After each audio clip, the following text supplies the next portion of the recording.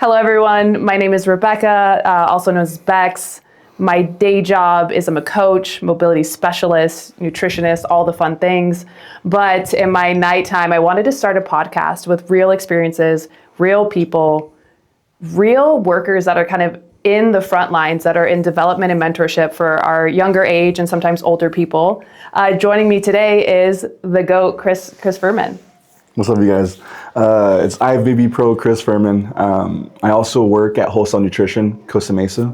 Come see me there. But yeah, no, Bex told me that she was trying to start a podcast, and I personally never been on a podcast. So I'm very excited to share knowledge, advice, insight on whatever she asked me. But I feel like I got a lot to tell. I have a lot of experience and stuff like that in this field in training, nutrition, kind of like the whole gist of a lifestyle. So ask away and I'm happy to answer. Awesome. I'm so excited. And it's very special because it is our first podcast. And it was funny how this came about because I think you were on the treadmill. Yeah. And we were just talking and we were chatting and then we were just having a great vulnerable moment.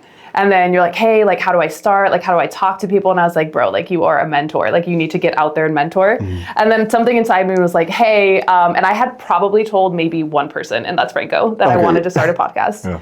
And I was like, hey, dude, do you want to be on this podcast? And it was really cool because this is something vulnerable for you, vulnerable for me. So cheers to growing together. Yeah. So IFBB Chris Ferman, I am always a huge fan of asking people, why are you a bodybuilder? I feel like it's so when you meet bodybuilders, for people that don't know, extreme deficits, long drawn out preps, all for what people go, hey, you're only on stage for a minute. And then comparisons is 5. So why are you doing all this? So you're a different breed. You're the 1% of the 1%. So why are you a bodybuilder? I get the question a lot. But as simple terms, I really enjoy it just because it keeps you on my toes. Okay. I'm the type of person that I've been through a lot through life, so it's something that keeps me grounded. Okay. If I didn't have this structure in my life, I know I wouldn't be up to no good. Okay, Let's cool. put it that way. Yeah. Just from past experience and stuff like that, this has really kept me in a straight line. Being younger and stuff, making the wrong choices, I kind of fell into bodybuilding because I needed something to keep me busy, keep my mind occupied and stuff like that. So for you, let's take a step back, on your toes. So is it stage time? What is the on my toes that keeps you kind of grounded into the sport? What is it? Just the day-to-day life. Okay. Meals, prepping, training, sleep, everything that kind of goes into account to be the best I can be, whether it's on stage, in training performance, the whole 9 yards, basically. Okay. Yeah. Was there ever a time in your life that you were not a bodybuilder? Oh yeah. That was, I would say 2 years after high school is when I got into bodybuilding specific. Okay. Before that, everything was sports oriented. Football was my whole life. My whole plan was football, college, and then the goal was the NFL. Yeah. So I always kind of trained at a higher level. Okay. But knee injury happened. That kind of took me off my track with football. Okay. I knew that I still wanted to train. I didn't want to just give up on, because I love moving, I love training and stuff like that. So it was just a redirection basically of my training type of style. So in 2018, I really picked up bodybuilding, trained my whole style of training. Gotcha. Hypertrophy specific, improving my imbalances and stuff like that. Mm-hmm. And that's just kind of how it kind of just fell about, honestly. So who introduced you to bodybuilding? Bodybuilding specific, I would say it was influenced by friends that I went to school with.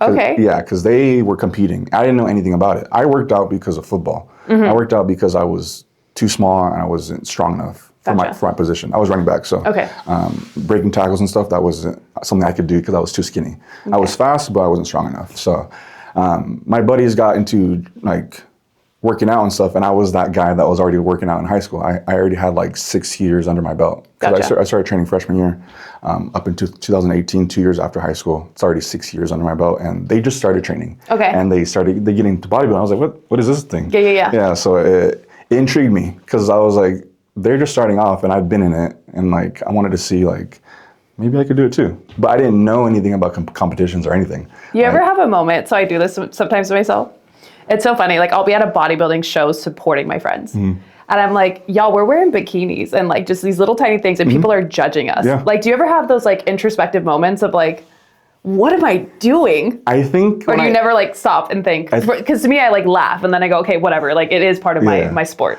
My first show, I think I did. Like, Okay. Before going like on stage, like knowing how to be in my trunks. Okay. I think it was more like, damn, I really have to go in there in my underwear, Yeah. like in front of everyone. Like, It's so funny. Like it's. I don't mind it, but like I think it was just something that I had to like get out of my shell. But I think it wasn't too much of a thing because everyone was doing it. So it was kind of felt normal. Gotcha. So I don't think it was a hard transition. Gotcha. But I get teased by my brother and like whatever. Oh, you're total sidebar. How was your first tan experience? Because mine not as awkward. crazy. Like mine was crazy. Yeah, it was insane. Not as awkward as you think because I'm not really uncomfortable. Gotcha. I'm very content with myself. Yeah. I'm not, but it was awkward, I would say. I feel like for me personally, like that's when I truly was like, okay, now I'm confident in who I am. Yeah, no. Now I'm confident. Okay, now I understand. I'm no longer kind of shy, I guess. It's like, and okay. I really think that bodybuilding really helped that because like when you're on stage and you strip away everything, you see the raw you. Yeah. Imbalances, imperfections, all that. So if you're content with that, I think that you really can do anything, honestly, because it gives you a sense of confidence, like you said. Yeah. Gotcha. And I'm a big believer, and you can correct me if I'm wrong, but bodybuilding is a sport that you grow into. Like you truly get developed. You know, I see a lot of people that are like, oh, I want to go pro. I do one show and like they get terrible critiques. They go to nationals, they get like last place and they're like, I'm out. Yeah. So for you, with that growing of the sport, let's talk about it. What was one of the most influential preps that you've gone through? Like I am a big believer that prep, and one of the reasons why like I'm addicted to bodybuilding is like the prep itself. Like the shows are awesome, it's great and everything, but each prep will develop you as a human being. For sure. Was there one prep that truly stands out in your mind that you're like, wow, this really crafted me? Yeah, my first prep. Really? Yeah, like, okay. Because it was extended into 2 preps basically because that's when that's when I did nationals. Gotcha. Okay. So when I did my first show, that was in May of 21. I prepped. I started January 1st, and that basically I prepped that whole year. I only gave myself about 4 weeks in between shows. Okay. Because now, did you have a coach, or were you just like? Yeah. So Jeremy Dutra, Gotcha. he's also a Class of Physique Pro. I give him credit to everything. He really put me and really instilled in me on like doing the hard stuff. Yeah. Doing the hard what's crazy stuff. before you get into this? So Jeremy is how I found Chris. Oh, really? A lot of people don't know this. So I followed Jeremy just randomly, like back in the day when like the first like bodybuilder influencers for me when I entered the social media like realm, and I came across Jeremy. I was like, who is this cat? Like he looks phenomenal. Yeah. And then I remember there was this one prep that he lost all his baggage. He's like, can you send me money? Yeah. And I was dirt broke. And it was so funny because I sent him $30 on Venmo, and he's like, found my bag and everything. And I was like, hey, homie, can you send my $30 back? Like, I remember he put it on his story. And I responded. I was like, I sent him money. He's like, found my bag. I was like, okay, like I would like to buy groceries. So long story short, that's when I found Ferman. And I was like, who is this kid? Like, this is wild. And I watched Chris go pro the entire time. And I didn't know who this kid was. And then there was one day I was at WNC in Costa Mesa, and I was like, hey, this is going to sound weird, but like, is this you? Like, I remember that. like, I remember that. So and then that's when we had that like 45-hour conversation. Oh yeah. Yeah. First yap session, but I met you through your coach, and it was so crazy because I had followed Jeremy go all the way pro, and then watched you go pro. That's Small world. Jeremy, I give him all the credit because if it wasn't for him, the guidance, the influence, all that, like I don't really have a father figure in my life, so like he was really someone that kind of, like I said, kept me grounded, but really showed me what I was capable of. And he never beat around the bush. And that's why I come from a background where I don't like when people beat around the bush. Gotcha. I really had like hard coaches growing up for football and stuff like that. So being very blunt was something I'm used to, and that's how he is. So it really showed me what I was capable of very quickly. He'll tell me, okay, he won't blow my head like an air balloon. Like, Gotcha. He'll tell me I look good very rarely. But when I needed it. But going back to like that prep that really influenced everything was that first one, because I did my first show May of 21, and then I gave myself about 3-4 weeks. Okay. Went to vacation. We went to Hawaii with my family. Came back, straight back into prep. Wow. Okay. So I prepped basically 10.5 months that year. That's wild. And that was a big eye opener. And like I still look back at it and I'm like, I don't know how I did it, because I was working full time. That's when I was training people in person. I had 10 clients in person, and then I was basically trying to get my pro card. So do you want to give up at all?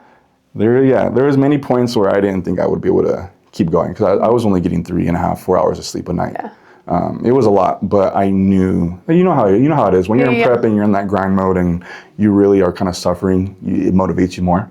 So that's kind of like the fire that I had under my ass. Like I really just indulged in it and really felt how I felt. Do you still have moments that replicate from the first prep and current preps that you go through? Do you ever have, or do you kind of not get callous, but do you kind of go, okay, prep is here, it's expected for me to have doubts? Do you ever have things like that cross over preps? Oh, for sure, yeah. I always, people may not think, I'm a big overthinker. I'm very doubtful myself, but I don't show it. So that's something that I keep on the inside, but my brain's always processing, thinking, am I not good enough, but did I do enough? Or thinking my meals and stuff, or training. Did I go hard? Did I do X, Y, and Z, stuff like that. So I'm always turning and thinking if I do enough. Yeah. So my question to you is, like, you're about to step on stage that morning of, do you still go through could I have done more? Could I have done more? Or what happens? I'm assuming there's a shift. I wouldn't know. I think from every prep I've done, I've really made sure I crossed all my boxes. Crossed my T's, dot my I's, everything like that. And that's why when I get to peak week, it's smooth sailing. Nothing really changes during peak week, because if you're ready, you're ready. You don't really got to manipulate anything or do anything too crazy. Don't get me wrong, I have self-doubt. I always tell Yesenia, and like having those thoughts like, do I look good, or was my posing okay? You're fine, you're fine. It's just that reassurance sometimes I need, but I'm human. Gotcha. I get nervous, yeah. So for the people that don't know, that are like watching this, like, what is peak week? What is that? So peak week is basically the week leading up into your show. Okay. So like I said, if you're ready, you're ready. There's not too much you got to change. You kind of just smooth sailing into it. Days are the same. You're eating the same meals.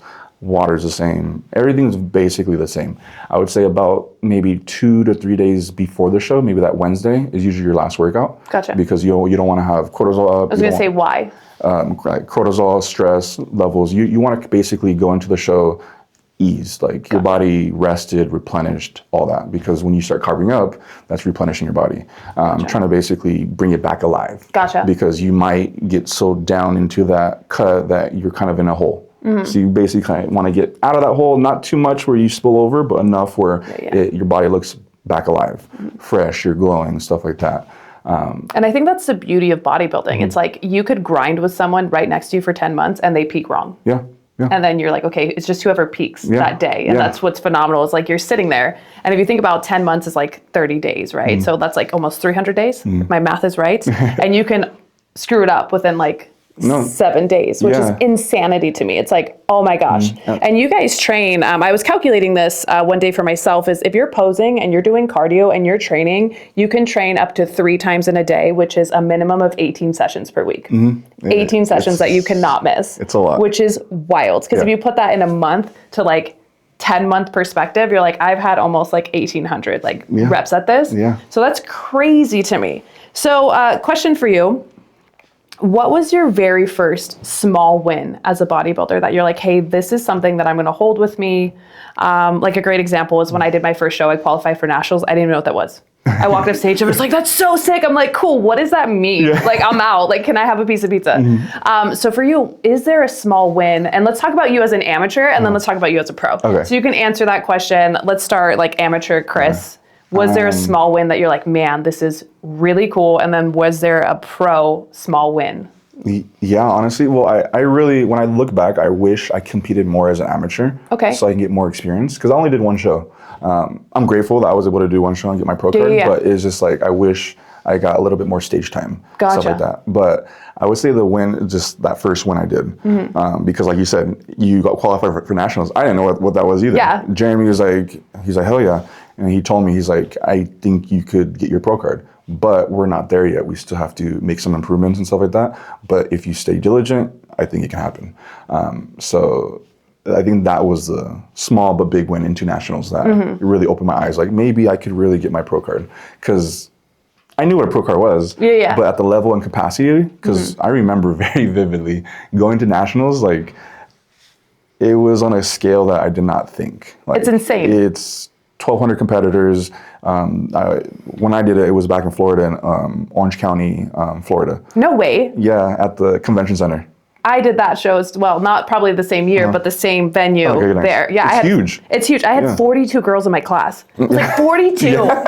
It took almost 2 hours to go through prejudging. Yeah, I remember. Yeah, so I had 25 guys in my class. Oh my gosh. Yeah, and I just remember very vividly. You know how we go backstage? Yeah. Big curtains. Yep. Big curtains open. I just saw a sea of people, Insanity. and I was like, Jeremy. You're like, hi, I'm out. I was like, look at that guy. That guy's huge. Like, look at him. He's like, chill. He's like, don't worry about them. We're here. We're gonna do our work, and that's it. But I was very like, oh my god, like, because it was nothing I before this I didn't know what bodybuilding was. So I was learning along the way. Yeah. So it was a cool like eye opener basically. Okay. Me as a pro, a small.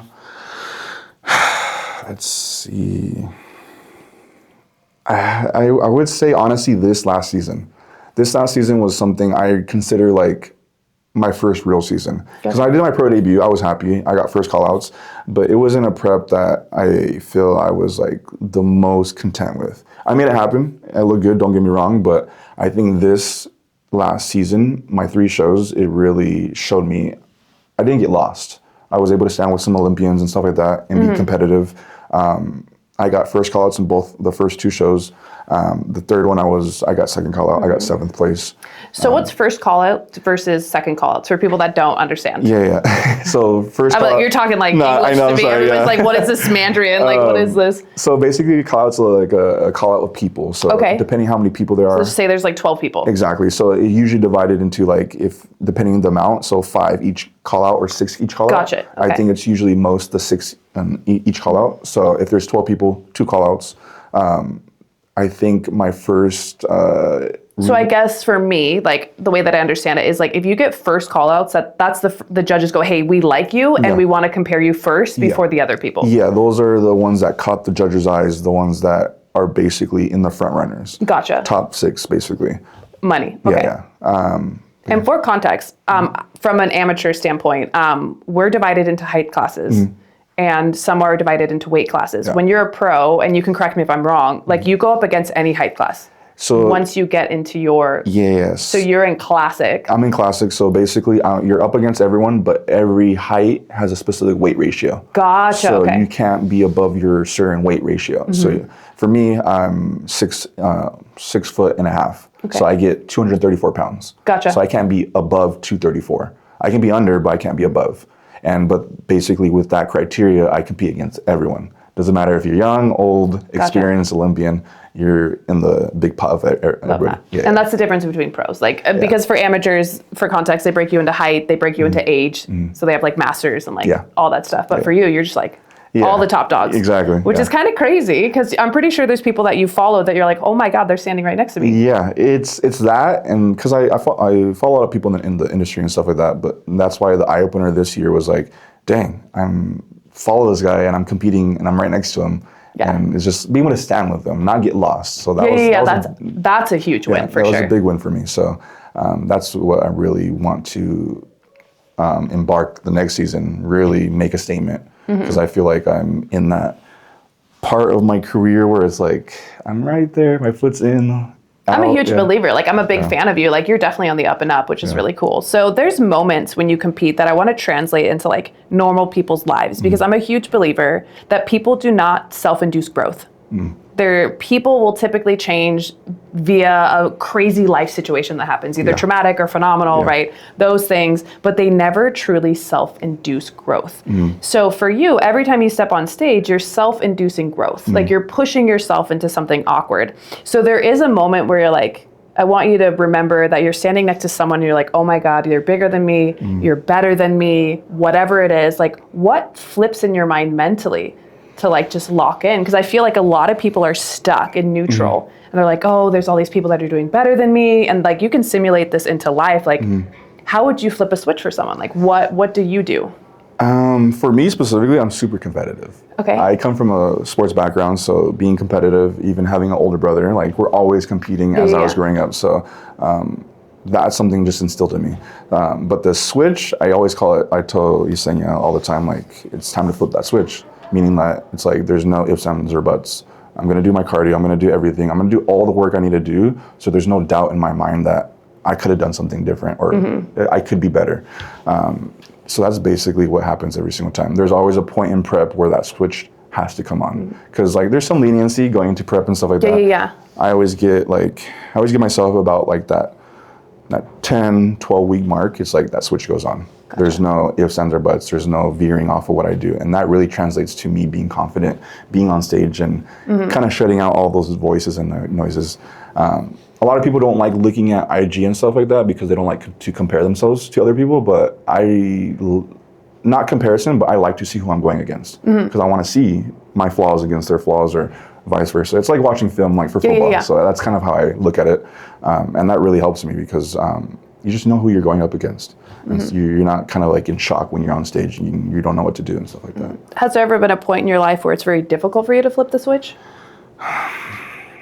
I wouldn't say yes, honestly, no. Because like I said, it's been something that's normal to me for football, sports. You got to turn that switch on. You basically buckle down and you're going to hit someone, or you're going to get hit. Yeah, for sure. Stuff like 100%. that. Yeah, so I think it just really instilled in me from a young age, honestly. Love that. So it becomes natural. I love that. So as a bodybuilder, I feel like certain pros have left legacies. What is something that you're trying to leave in the bodybuilding world? Like, let's fast forward you 30 years, you're not competing anymore. That's the beauty. Like, as a bodybuilder, like, you compete as long as you want. So for you, like, what is this legacy that you're trying to leave? Or we'll start with that, and we can expand. I'm just really trying to make a name for myself, honestly. Okay. I really, that's one thing. People are coming up and stuff, and they always ask me things like, belief is everything. You really have to believe in yourself when no one does, regardless of you feel like you're 100% or you're not. Belief will move mountains, regardless if you're having a good day or bad day. So I really think that like going and really pushing that far will make the difference, basically. Wait, I'm sorry. I lost my train of thought. No, you're totally fine. Like, which is huge, because I mean, in all due respect, like I feel like if you just teach people how to believe in themselves, like that's so huge. Like we do live, and I personally struggle with, like, there's moments where I go, hey, if I believe in myself, is that selfish? Like, is that me? You know, so like to follow back on the question, like, let's just say you do make a name for yourself. When you do, like, what are you trying to leave in the bodybuilding world? Like, you know, you always leave a place cleaner than you found it. At least that's what I feel. Like, what are you trying to give back to the younger generations? Like I said, I'm really trying to make a name, because I feel like I have a lot of people like growing up and watching me, my come up, how you said that you see me from the start. Like, I really want to show people that it's possible. No matter who you are, ethnicity, where you come from, your background, whatever, having a troubled past or whatever, you can do whatever you set your mind to. And I really want to make that a thing. Like I said, going back off the belief, like that comes from like my kind of hard time I had in my life. That really translates to why I'm doing what I'm doing, because I really want to set that, and that's kind of the legacy I want to leave. Like, no matter who you are, you really can do whatever you want if you put your mind to it. So yeah, I love that. I love that.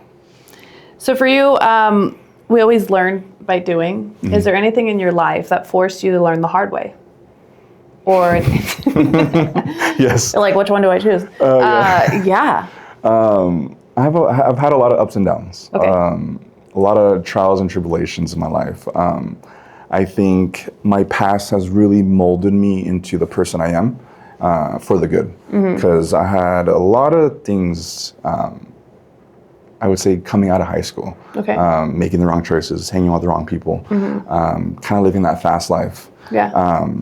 And it turned me to the wrong choices, the wrong direction. It got me off my path. And that's basically what really like... So were you told that you were off your path, or did you kind of just wake up one day and was like, hey, I think I'm off a path? A little both, because a lot of people don't know my story, but I fell into some legal trouble. So I got in trouble with some kids or people that I went to school with and stuff like that. And I wasn't making the smartest choices. I was always one that was working out and stuff like that, but I was doing drugs and stuff like that, Yeah. not making the best choices. Like I said, living the fast life. And long story short, I basically got in trouble, and I was looking at 10 to 12 years. So that basically really, really molded me and really kind of, oh shit, I gotta wake up. Yeah, because I think I was taking things for granted. I think the big word is like you had a lot of ownership, and at a very young age, I wasn't like that. Self-awareness, you know, like, well, I mean, you're given the, you're just like, hey, I'm forced to clean up. Like, you know what I mean?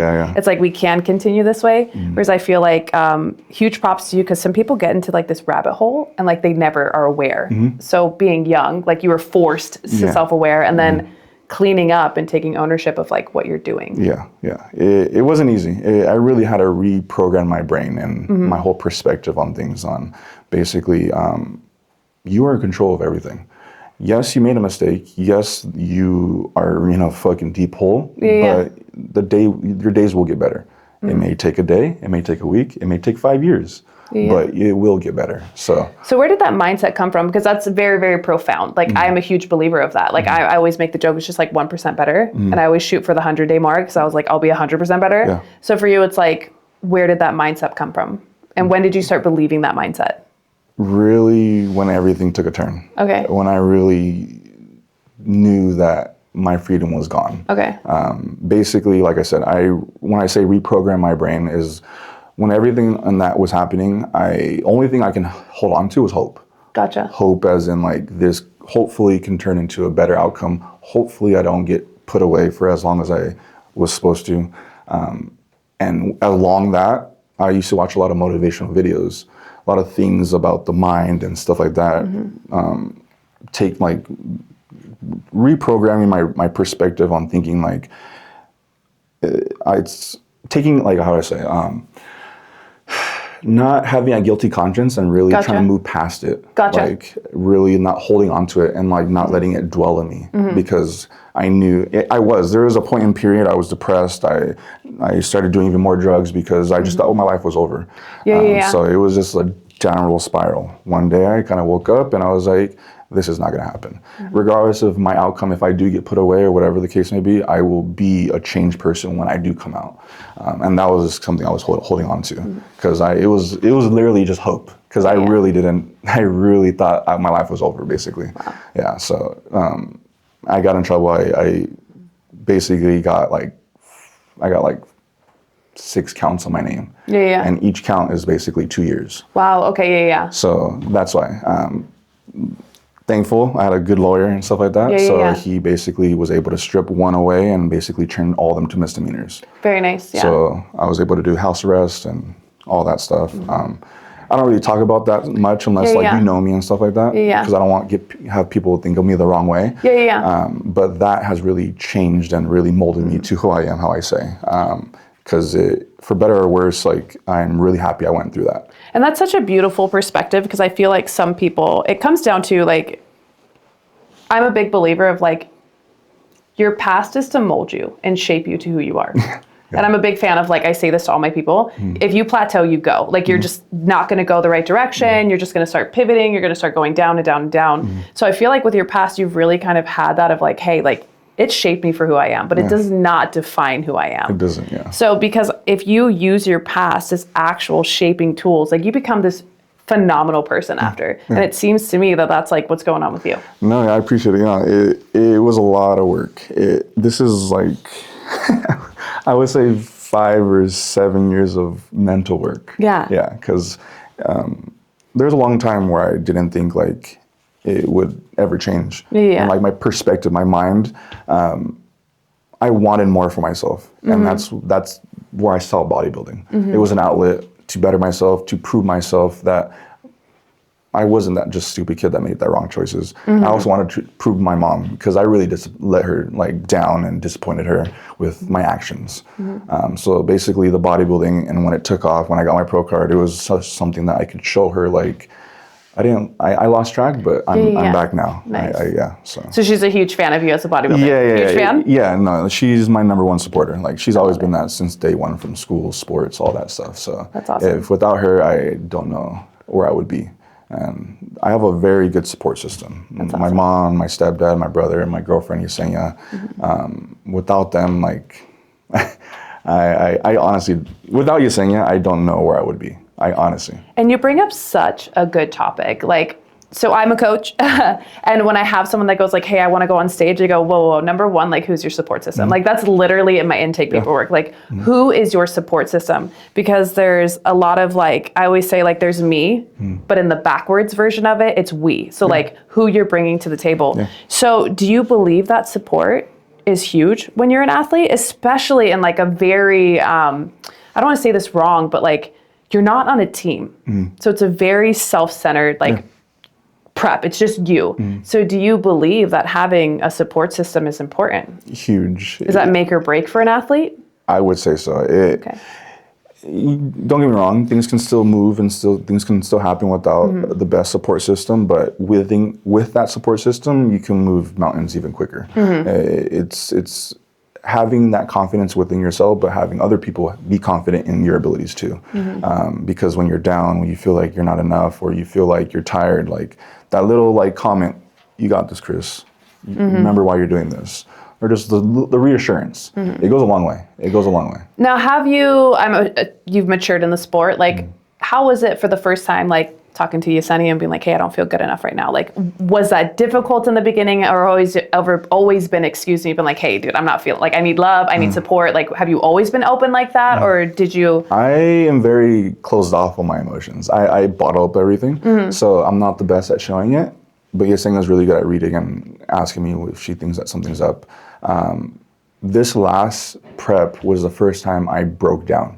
I had never broke down or cracked or thought I couldn't do it. Like, but this last prep, going into my first show in May, it cracked me. I broke down at the gym and I didn't think I could do it. I was super tired. I was just super hungry, and I'm very vocal in how I feel, but I always tell my coach Jeremy, I'm psychotic in the sense that I'm gonna do what you tell me till the wheels fall off. Love it. But I'm gonna complain. There's no doubt about it. Like, I'm gonna tell you. Well, just so you know, most of the most successful people in the world are psychotic or crazy or obsessed with what they do, and that's why they're so great at it. Yeah. And I tell them, like, you're gonna know how I feel from X, Y, and Z, how good, how bad I feel. You might hear some complaining, but don't get me wrong, I'm always gonna do what you tell me to do, no matter what. And this was the first time I broke down, and I remember Yesenia and Jeremy, both of them.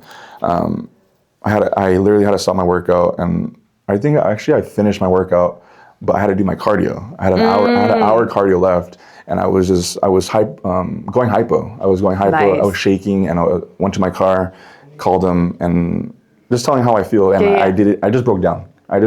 Didn't know it was gonna happen, and he just reassured me. He's like, bro, you got this far, you've done it. He even told me, he's like, I know I don't tell you that you are doing good all the time, but it's because I know you're doing good. I don't need to blow your head up. He's like, but just keep doing what you're doing, and it's gonna prevail. You're gonna see how great you look in the next couple weeks and stuff like that. He's like, I know you can finish this. He's like, wipe the tears off, give yourself 10 minutes, and let's go get it done. And that's exactly what I did. Even with Yesenia, like, she's just reassuring me and telling me that, looking at the big picture and why I started this and stuff like that, telling me, like, you're almost there, you got this. And like I said, that goes a long way, especially when you're mentally fatigued and you're mentally, like, in a situation where you don't think you could fucking stand up. Oh, 100%. So it 100%. goes a long way. And that's why I think everyone should do some type of prep. You don't have to compete, but a prep, just because you learn a lot about yourself, mentally, physically, what you're capable of, like all the everything. I 100% agree. Like, any person that I meet, I was like, if you do not get on stage, you need to do a prep. Like, it will strip you of so many things that you are not aware of. Yeah, it would humble you. It will really show you what you're capable of, and really how hard work will translate to your body, basically. Because if you put the work in, you're going to see it. So that's with anything in life. You can translate in that to any aspect, work, relationships, anything. And that's really what bodybuilding has done. It really translated into all aspects of my life. So whatever I can control, I will always try to control. So, yeah. So for you, Is there anything that ever feels intimidating? Yeah. Like I said, I'm an overthinker, so I'm not that person that will try something new. Like I get not intimidated, but I get nervous. I don't like going out of my, I wouldn't say comfort zone, but I'm kind of like I consider myself like a sniper. Gotcha. Like I'm in the room, I'm in the back, like I'm a observer. I only speak unless spoken to. Gotcha. And people sometimes take that the wrong way, think like I'm stuck up or whatever. But no, it's just because I like reading a room or watching a room and only speaking when I'm spoken to. Yeah. So we can cut this out of the podcast, but intimidating of trying something new, you told me that you're with a new coach. So can we say that? No, yeah, that's fine. Yeah. So for you, that's huge change. Yes. Yeah. So how are you doing? Like, it's good. What brought that about? Like, so first off, me and Jeremy we're on good terms. Like, you guys literally train every day together. No, he's my training partner. He's like my brother. He basically came to me and told me like I should go and look for like a professional coach, basically because he thinks that his knowledge is at a certain capacity, and he thinks that the next step is getting that professional help and really taking me to that next level, trying to break into that Olympia and stuff like that. And I was at a shock because I thought we were going to keep going, and because we hadn't really. Just as a coach, that fires me up so much because I'm a big believer that it's not who, it's how we get someone to their goal.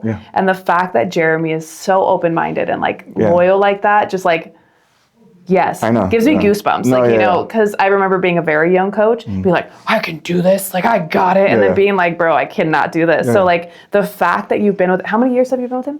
I met him in 2020 at COVID. So we started our first prep in 21. Yeah, so like 5 years, going on 6, and for him to be like, hey, like, my generation has ended and it's time to carry you to someone else. That's so huge. No, it is. It really is. And I think it's a combination because he's getting back into it too. And it's a lot. Like him prepping me and having his attention. He's a sheriff now as well. So he has a lot on his plate. So I think it was kind of like those kind of things kind of like was the decision making. But he's, like I said, Jeremy's still my training partner. I talk to him about everything that happens with my new coach and stuff like that. I run it by him, and like he just gives me his 2 cents. How did you feel like going into that conversation when he's like, "Hey, I need to chat with you"? How did you take that conversation when he's just like giving it to you when you left? I was shocked. I was shocked in the sense because I thought we were gonna keep going until we. You're my ride or die. Yeah. I had no idea or thought that I need a new coach because he hasn't shown me anything wrong. He hasn't given me any doubt of his capabilities. Like. So that's why it was a complete shock to me. But when he did say that, maybe I should start thinking about this. So I started like researching and looking at. I'm a big researcher on like I like interviews. I like learning about people and stuff like that. So all the coaches I was already looking at, I just started deep diving into them and stuff like that. So if you guys don't know, it's Chris Tuttle. Chris Tuttle's my new coach. I hired him. Love the athletes that he puts out. Like I'm a big fan. Like I will look at athletes and then I'll like see their Instagrams. So I was like, oh, your coach is wild. Great product. Not product, but you know what I'm talking about. Great packages. Chris Tuttle is super smart. I picked him because he's very smart, analytical. Like he has an intention behind everything he's doing. He's a registered dietitian. He's basically a doctor. So he has the knowledge and the experience and stuff like that. And I think that it would be a good fit between me and him. And that's why I chose him. Yeah, so how long have you guys been together now? So mid-December. Yeah. So how has this coaching dynamic changed? Like we're going into February. How is it now? It's good. Basically, it was a lot more, I wouldn't say structured, but like detailed in a sense. Like health markers, all that, making sure everything's right. Just having all the back-end information so it can be basically grown into like our off season, because the first it was like 2 weeks he was just getting all my numbers, understanding my body, giving me a plan, seeing how I fluctuate from that, my blood glucose, like my heart rate, like my blood pressure, there's everything, making sure everything's cool. Which is crazy because I feel like a lot of people that are very, not naive, that just don't really know the sport of bodybuilding, is just like, oh, put them in extreme cuts, starve them, bunch of cardio. But there is so much more that go into it. Yeah, it's absolutely a science. Like blood glucose, like how's your ANA markers, like how's your cortisol levels, like a lot of things that people don't playing the part. Yeah, crazy. so I think it's going to be because already we started our off season December 30th. Okay. So I'm already up from, not like we're not focused on the number, but just the changes from then. It's already been 4.5 weeks. Like I can already tell a change. You getting excited? Yeah. Yeah, that's sick. Yeah, so I don't know when we're going to do our first show this season. Yeah. But he told me the soonest that we'll do a show is probably August. Oh, that's cool. Because I told him what I want to do and what I want to achieve, and he said basically, I want to fucking win too. So So what do you want to do? Like, what do you want to achieve? I'm not one that just like needs to be in the limelight. I'm willing to put my head down and put the necessary work until it's time. And the next time I fucking step on stage, I'm going to win. Nice. Like things like that. Like, and I told him like I really want to make it to Olympia, and I believe I can be a top 10 Olympian. Oh, 100%. I really believe that. It's just a matter of time. So, and he said, yeah, he's like, if you give me the time and you give me the effort, I would say the soonest we could do a show is probably August. But obviously, if we need the whole year, we'll take the whole year. But looking at the schedule and stuff like that, I think what I'm choosing, I think we're going to do something towards the end of the year. Nice. So I can kind of put my eggs in that basket. And then because I do want to do early shows the following year. Smart. Yeah, 2027. All the early shows, I like Detroit Pro. Detroit's a great show. I really want to do that. It's money, yeah. Detroit Pro, I want to do New York Pro. New York is fire. That's a great show. Yeah. So all those, I think, giving this whole next 10 months, like really solidifying like my craft and being with Tuttle, I think that it could be, 'Cause like I said, I know my foot's like right there. So it's just a matter of time. So I'm going to call you college professor level. Okay. Let's talk about like junior high. Someone's going through their very first weight loss journey and they are impatient AF. What do you tell them? Like, what advice do you give them? I get those questions all the time because I work at wholesale. So, yeah, of course. So I'm always trying to give people real advice. But I'm very big believer in simple will take you far. Okay. Don't overcomplicate things. Can you expand? Like, give me an example of like so simple. Meaning like as in like a lot of people when they think of fat loss training, calories, numbers, calories. Like, no, just focus on eating consistently, increasing movement, and then go from there. Things will change, whether it's good or bad. And if it's bad, you know what to do. You deduct a little bit, you increase the movement a little bit. Keep it simple where you're not overthinking and overcomplicating things because people think it's just some very, very complex like equation that you have to do. But it's not. It's very, very simple. And when you overcomplicate it, it leaves room for being doubtful. 100%. I always tell people, I was like, we will overcomplex something so much to where we will politely divide ourselves out of the equation. It's just like, we're going to make it so intense that it's like, okay, I am not able to fit that mold. Yeah, and it sucks because people can make such a big difference if they keep it very simple. Okay. And I get all those questions at wholesale all the time, and I'm, no, just keep it simple. And the people that actually listen, they take my advice, they come back in a couple of weeks, hey, you were right. I know. You're like, that's funny. No, I should be a pro. Like, no, and then like we go from there, and then they listen to the next thing I have to say, and then they like there's this one guy or there's a couple guys that have really took into account what I've said, and now they're like looking at all their food, they're tracking their stuff, and hey, Chris, like you were right. Like now I know what I should be eating and what I shouldn't be eating. So I'm not getting inflamed. This isn't happening. I'm not coaching them. I'm just giving them pointers, and they're actually just writing it down and just putting it into application. So don't overcomplicate things. Keep it very simple. Yeah. So advice for a very young athlete that did their very first show, did their nationals, got shitted on, no disrespect, and goes, I'm over this sport. Because I do see there's some young athletes that try to become pro in their first year, and then they backlash. They get so mad and they get so angry. What advice would you give them? Bodybuilding is not for everyone, but Amen. If it's something that you really want to do, you really have to be content with where you are. Whether you are at the bottom and you need to grow X amount, you really have to be content and be good with your own skin because it takes time. It really does take time to build a pro physique, and it's not something that happens overnight. People will always ask me like, how did you do your pro card in one show? I didn't just decide to compete that year. Like it was 2018. And then COVID happened, and that just gave me another year. You just spent growing. Yeah. So I'm a big planner, and from 2018, that's when I talked to my brother. He's like, I think you should do 2 years of training, and then we'll assess your body. That's see beautiful, where yeah. you are, and then we'll go from there. And that's basically what my whole bodybuilding career has been. It's always been a plan. I never do something that is not on plan, because if you don't have a plan, you're walking like a blind sheep, and you don't have a path.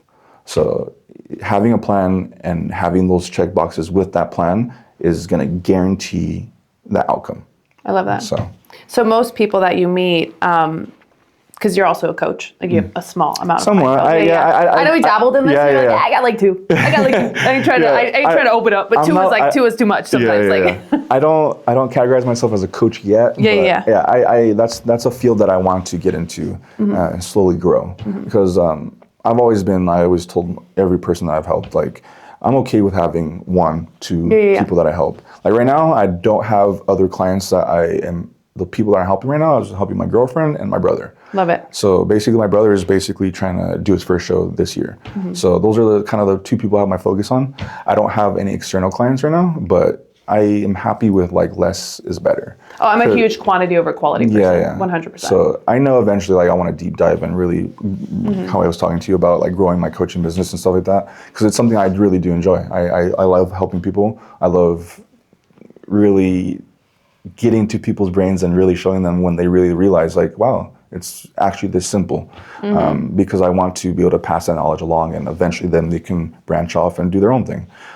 So I think that area is like, will get better over the years. But I think I've been, not in a bad sense, selfish, but really trying to perfect on myself and really trying to make it to where I need to get. No, I think that's beautiful. Yeah. So like, let's just put the Olympia dream on a shelf for right now. Like, it's going to happen. But like, so let's switch topics into like, so why did you want to become a coach? Because I feel that that's also, like, I meet coaches, I'm like, we're crazy. Like, you're literally everything for people, like therapists, nutritionists, like funny things you see, but it's very true. So like, but I do feel when I meet coaches, I was like, oh, y'all are my people, because you are just self-service.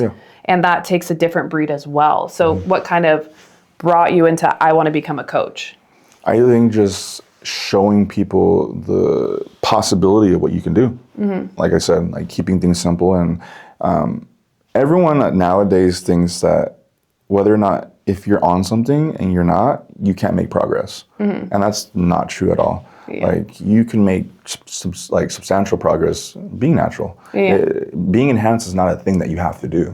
It's just something that, if that's your choice and that's the direction you want to go, it's going to make a difference, but it's all the same processes and stuff like that. So I think that being a coach and being able to be interpersonal with someone and not just do this, shut up and do it, it takes more out of someone. And it's kind of not a science, but it's like it's a skill. It's a skill, being able to delegate and push people in the right directions and know how they're feeling based on their work, their life, because everyone has their own life. So being able to juggle that and kind of giving them a plan based on what they're doing in their space. Was there a coach or mentor in your life that significantly influenced you into who you are today? Yeah, Jeremy. Jeremy has been a lot from a friend, coach, mentor, father figure. Like I said, I didn't have a father figure in my life, so he really kind of kept me aligned, kept me grounded. And without the bodybuilding, without Jeremy, like, I don't know who my coach would have been and what route I would have. Because the perspective that he gave me, because he's told me his stories and stuff like that and his upbringing, and it's just, we're very similar in the sense, our personalities, our upbringing and stuff like that. So he really, I think he was the guy that really, like, gave me that mentorship that I needed. Yeah. I love that. So closing thoughts for you today. Let's talk about, what are words of wisdom of Chris Ferman that you want to give out to people as an IFBB Pro?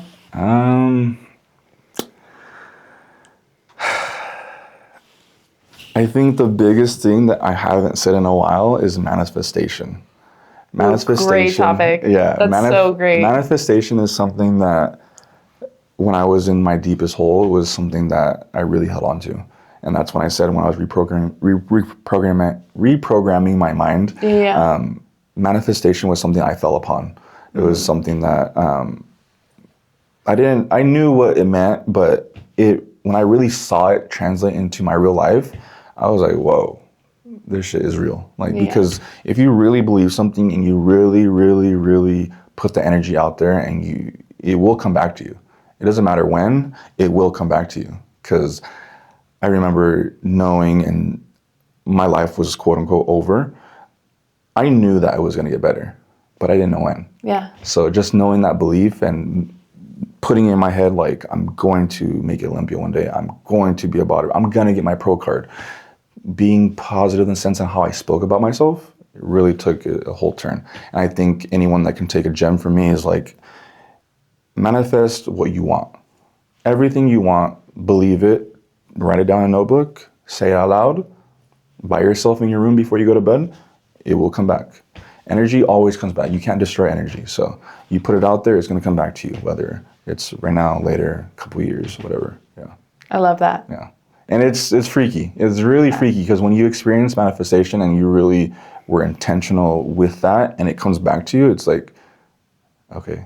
It's wild. It makes you think, like, because I'm religious, I'm Christian, like, I believe in God, so it really reassures that, like, things are meant to happen the way they're supposed to happen. And going back into, like, my whole, like, thing I went through, like, I was meant to go through that.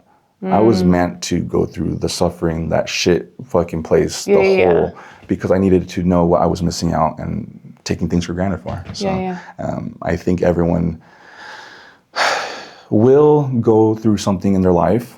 Not everyone, but sometimes life pushes them, and it kind of forces them to go through that because of things that they're going through and stuff. But I think, manifestation and belief in yourself will always go. I love that. Yeah. I love that so much. Hey, thank you so much. This is so sick. I can talk to you all day. This is awesome. This is dope. Thanks. No, yeah, anytime, Bex. That's a wrap. Yeah. I don't know how to close this. That's sick. Done. You guys know where to find us. Mic drop. There you go. Yeah, follow. I think it's, what's your IG handle? So sorry. Yeah, no, you're good. Follow the journey. IG Ferman0525. You can follow me on there. I'm not as active during the off season because, like I said, I'm usually one that puts my head down and kind of puts the work in. But Jeremy's been on my ass, so I will be posting more. Bex is always a good influence and tells me I should always put myself out there more, so I will. I hope we can do this again sometime. But, absolutely. It would be a pleasure. It would absolutely be the pleasure of mine. Thank you. Thank you so much.